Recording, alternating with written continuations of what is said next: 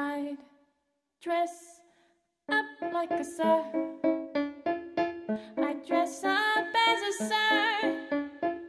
Stick on a mustache, a beard and some speckles, and put on a hat like a sir. J'ai commencé à réfléchir à la question de l'écologie et du développement durable, et c'était le moment où les blogs commençaient à naître. Et c'est à ce moment-là que j'ai créé Quotidien Durable. Mon idée, c'était de confronter les bouquins. Il y avait plein de bouquins qui sortaient sur le sujet, mais on sentait bien que les gens, ils n'avaient pas testé les choses pour voir si c'était vraiment réaliste, les 1001 choses pour être écolo, etc.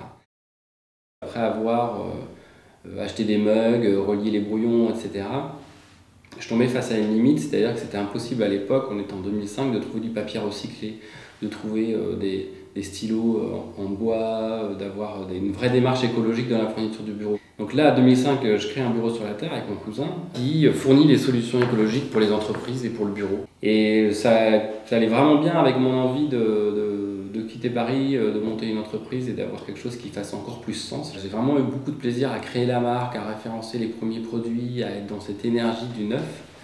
Et la difficulté, elle est venue quand on a dû faire face à l'agressivité du marché de la fourniture de bureau. Il n'y avait pas eu le Grenelle de l'environnement en 2005, donc on était vraiment dans l'écologie, c'était encore les petits oiseaux, quoi.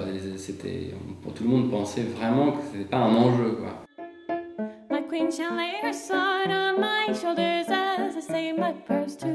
J'avais rencontré Régis Lipinois, qui est maintenant mon associé, qui commençait à créer une entreprise de covoiturage. Ecolutis, c'est une entreprise qui fait des sites de covoiturage pour les collectivités et les entreprises, et qui a aussi un site national qui s'appelle Easy Covoiturage. On a souhaité développer cette entreprise vraiment avec des valeurs assez fortes, même s'il faut la confronter à la réalité économique du quotidien. Nous, on a plaisir à mettre des modèles économiques sur des solutions de société. On a créé un toit pour les abeilles. J'aime bien dire qu'on a créé un modèle économique au service de la biodiversité. Parce que qu'est-ce que c'est un toit pour les abeilles? C'est des particuliers ou des entreprises qui s'engagent à parrainer des ruches.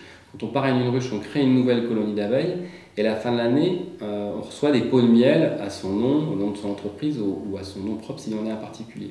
Nos financeurs, ce ne sont pas des organisations d'État, ce sont des clients. C'est-à-dire qu'il y a des gens qui sont prêts à payer pour soutenir la biodiversité.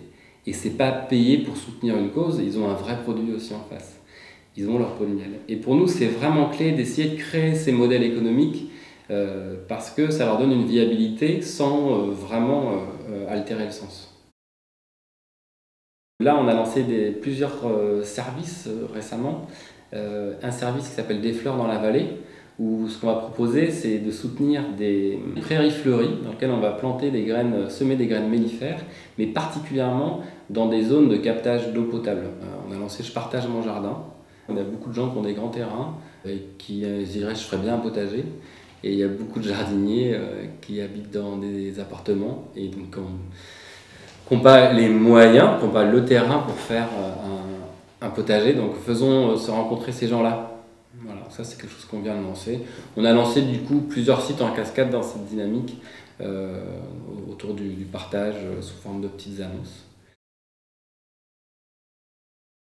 Derrière toute cette logique positiviste, coopération, collaboration radicale, etc., j'ai vraiment l'impression en ce moment de mettre tout ça à rude épreuve, mais ça ne me démotive pas pour autant. C'est-à-dire que je vois bien que les concepts écrits sont